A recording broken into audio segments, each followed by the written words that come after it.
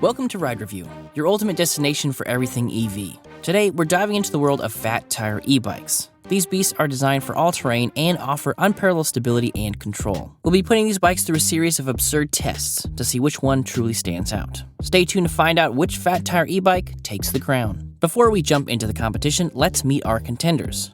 Starting us out is the Mod Easy 3. It comes with a 750-watt motor, a 15-amp-hour battery with Samsung cells, hydraulic brakes, and a price tag of $3,999. It's also the only sidecar-ready e-bike in the field, and that'll come in handy later in the video. Next is the Tahoe GT Step-Through. It comes with a 750-watt motor, which peaks at a wild 1,375 watts, a 20-amp-hour battery with Panasonic cells, quad-piston hydraulic brakes, and a price tag of $2,695. It comes stock with an RST guide fork and a Suntour NCX suspension seat post, and is arguably the most cushy ride in the field. Well, tied for the most cushy ride because the next bike is the Tahoe GT Step Over. It also comes with a 750-watt motor, peaking at 1,375 watts, a 20-amp-hour battery with Panasonic cells, quad-piston hydraulic brakes, and a price tag of $2,695.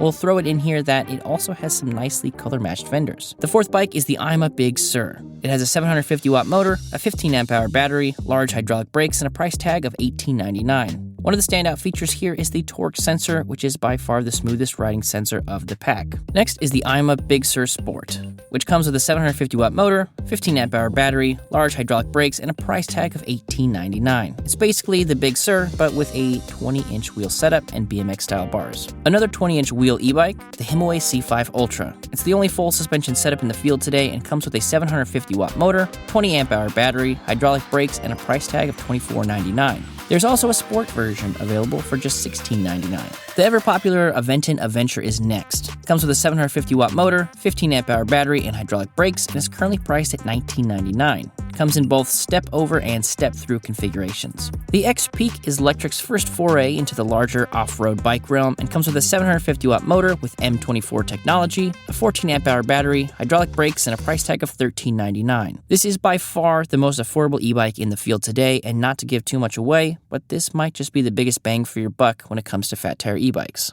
So, without giving too much away, let's get into the competition. All right, guys, now it is time for the agility course for the Fat Tires. We got a little course back here. We're gonna be putting it through its paces, and let's get into it.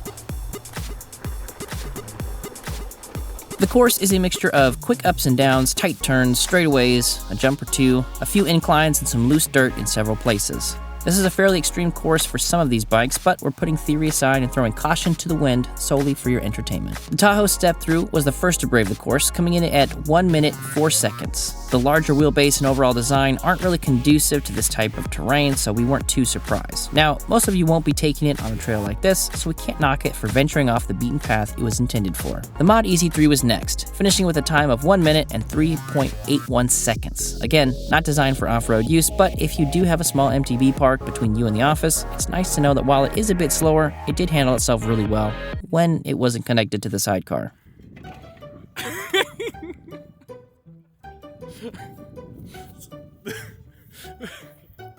This is gonna be the worst part.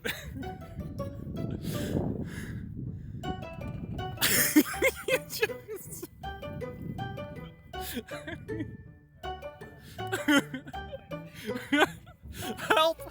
The Himaway C5 was up next, coming in at a time of 1 minute and 3.65 seconds. Being a fairly powerful and full suspension setup, it did shock us that it didn't finish a bit higher up in the ranks here, but it is a good time to note that all the bikes finished within 5 seconds of each other, and we had to go off hundredths of a second to figure out where they were placed. So they were all pretty darn consistent. Also, the full suspension was quite comfortable as we took on the course and barely edged out the Tahoe GTs in terms of comfortable ride feel in this off-road environment. The Aventon Adventure came in next, at 1 minute and 3.32 seconds, placing 5th. It does have a bit more of an MTB-ish design, so the fact that it beat out a few of these beach cruisers made sense. The Electric X-Peak edged out Aventon with a time of 1 minute and 2.84 seconds, placing 4th. The motor performed really well, and the torque was present throughout the full run. The Tahoe Step-Over beat its Step-Through sister with a time of 1 minute and 2.71 seconds, placing 3rd. It edged out the X-Peak by just 13 hundredths of a second. The I'm a Big Sur flew through the course with a substantial tenacity at 59.89 seconds, placing second. The I'm a bikes in general look pretty refined and don't give off a sporty vibe, but they do perform quite well. Speaking of performing well, the I'm a Big Sur Sport crushed them all with a time of 59.08 seconds, taking first place with a score of 10. Again, there was only 5 seconds that separated first from last, so all the bikes did an excellent job of navigating this pretty trying agility course. All right, so next up we are going to do a pulling test. This is a measure of low-end torque. So every bike is going to be pulling 2 additional people while it is tied to the Mod Easy boat. Tyson summarized this event pretty well, so let's just get pulling. The Tahoe's step-over got off to a slow start with a time of 1 minute and 41 seconds. Now, based on the agility test, this was kind of surprising. Now, there is a difference between top sustained speed and low-end torque. Sometimes you gotta pick what you want with motors, and these ones lean much more towards the higher speeds rather than the off-the-line torque. To confirm this assumption, we had the Tahoe step through edging it out slightly at 1 minute 23 seconds, placing it firmly in 7th place. The rest of the bikes seem to be in a bit of a different league, with the Big Sur Sport crossing the finish line with a time of 39.81 seconds. Things started to get pretty even here with the X-Peak barely edging the Sport out with a time of 39.38 seconds. Again, very good torque and top speed out of the X-Peak so far, and something we didn't quite expect from the most affordable bike in the field. The I'm a Big Sur barreled through the course with a time of 38.7 seconds, putting it into 4th place. The Mod Easy 3, which obviously couldn't pull itself, crossed the finish line at 35.75 seconds. The fact that this is the only sidecar-ready e-bike in the field led us to believe it would be pretty well tuned for low-end torque tests like this, and we were right. The Adventure surprisingly beat out most of the bikes with a time of 33.57 seconds. Probably should have attached our tow rope to something other than the rack, but she still slid into 2nd place. The Himoi C5 destroyed everyone, crossing more than a minute faster than the Elux GTs at a meager 29.14 seconds, taking 1st place with a perfect score of 10. The low-end torque was very apparent here, and it was the only bike to have a sub-30-second finish. What's up, everybody? Tyson here from Ride Review. I want to take a quick moment to tell you about Micromobility America. This is a micromobility focused conference that is happening in Southern California on November 14th and 15th this year. Now, we are pulling out all the stops and trying to get a lot more dealers, and if you're a store owner or maybe a distributor for electric vehicles, bikes, scooters, skateboards, EUCs, micro cars, anything like that. We want to get you involved at this event. We're going to have representatives from hundreds of manufacturers there. Most of these representatives are going to be, C-level, founders, engineers. So if there's brands that you're interested in, you can, skip the email chains and just go, straight to the people who actually make the decisions and can really tell you what these products are about and why they made them this way. Also at this event, you can expect, we're going to have networking mixers, we're going to have after parties, we're going to have the dealer awards, we're going to have a Shark Tank style competition where manufacturers can bring in some of their, new and outlandish product ideas, and then the dealers will get a chance to, vet those and rank those, see if they're going to be good for the market or not. If you guys are interested, please check out the description of the video. You're going to find a link where you can learn more and get registered. All right, back to the video.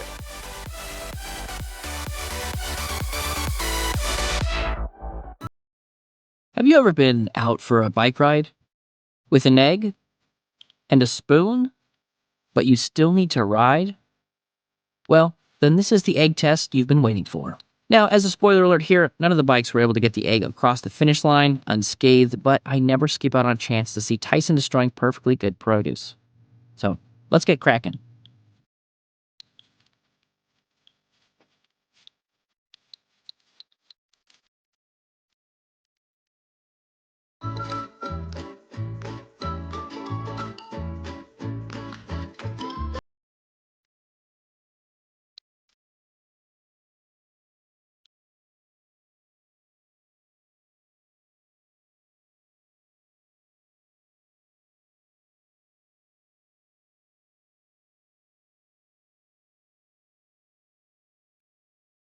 All right, so next we are doing sort of a comfort and stability test that we call the water spillage test. So what we're gonna do is we're gonna put this water in this container here, and then we're gonna ride around an obstacle course, and then once we get through it, we're gonna measure the remaining water, and whoever's got the most left in there is going to take home the goose.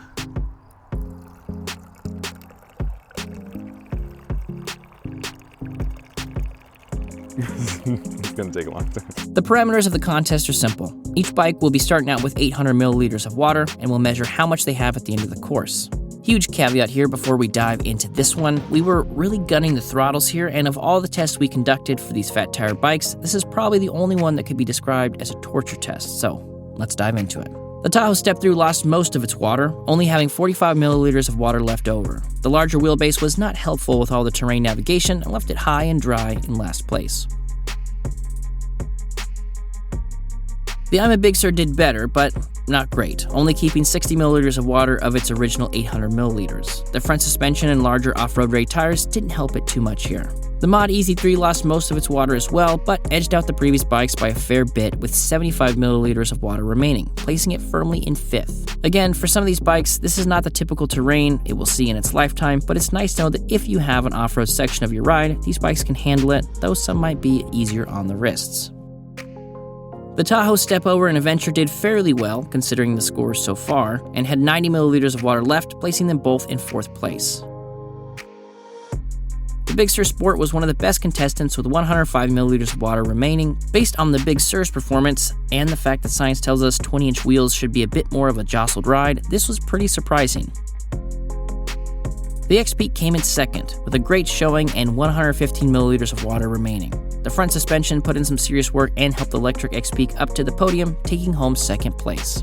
The Himalaya C5 took the cake here and proved why full suspension is the best suspension. It crossed the finish line with 150 milliliters of water left over.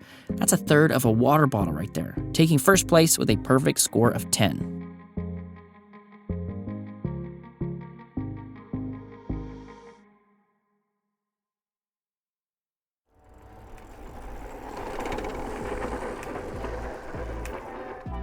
Alright guys, it's time for the braking test.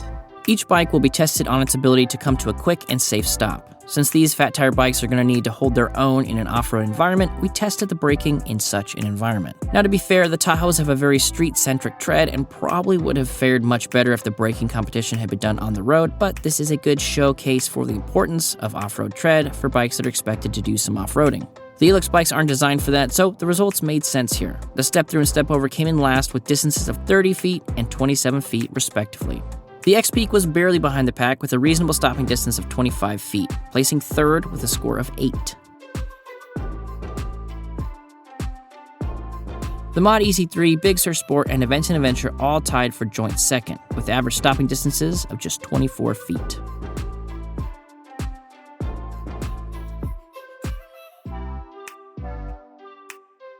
And in joint 1st, we had the Himalaya C5 and the I'm a Big Sur with incredible stopping distances of only 21 feet, tying for 1st with a score of 10. I think the 203mm rotors helped the Big Sur, while the off-road tread on the C5 Ultra helped it. So whether it's large rotors or the right tread for the right terrain, those are both important specs to consider when purchasing an e-bike when it comes to how much control you'll have over the bikes when you're off the bike path. Alrighty friends, next up we have got the hill climbing challenge. So we're going to take all of these Fat Tire e-bikes up that hill. Maybe not that hill. Finally, we test the torque and hill climbing capabilities of these e-bikes, and yes, we're not doing it on that hill, but that hill will come back in a future video. Spoilers. The Tahoe Stepover didn't do too well on the hill climb, only making it through the less steep section of the hill. Now I know what you're thinking. They probably weren't in power mode, but we made sure they were. So again, just showcasing that the motor was tuned for higher top speeds and less about low-end torque, which may not be a big deal to people in relatively flat and on-road areas. The Tahoe step-through made it a bit further up, but not by much. The Mod EZ3 made it a bit further up, earning it 8 sweet points. The Adventure was actually pretty darn close, and we were all shocked it couldn't overcome the hill.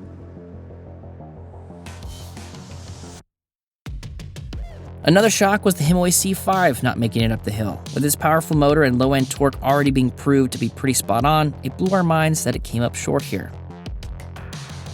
There were 3 bikes that did make it all the way up, and those were the I'm a Big Sur, Big Sur Sport, and Electric X-Peak, all cruising up the hill with relative ease, earning them joint 1st place. Now, for the moment you've all been waiting for, the final scores. In 8th place, the Tahoe Step-Through with a total score of 23. In 7th place, the Tahoe Stepover with a total score of 30. In 6th place, the Mod EZ3 with a total score of 34. In 5th place, the Aventon Adventure with a total score of 38. In 4th place, the Electric X Peak with a total score of 40. In 3rd place, the I'm a Big Sur with a total score of 41. In 2nd place, the I'm a Big Sur Sport with a total score of 42. And in 1st place, and the winner of our Fat Tire Ebikes competition, the Himalaya C5 with a total score of 43. With only 3 small points separating 4th and 1st place, it was really anybody's game, and in the end, all the bikes performed really well, and mostly as expected, but there was a few surprises along the way. Thanks for joining us as we put these Fat Tire e-bikes to the test. Be sure to subscribe for more exciting competitions, including folding, EMTB, and more. Ride safe, and we'll catch you on the next one.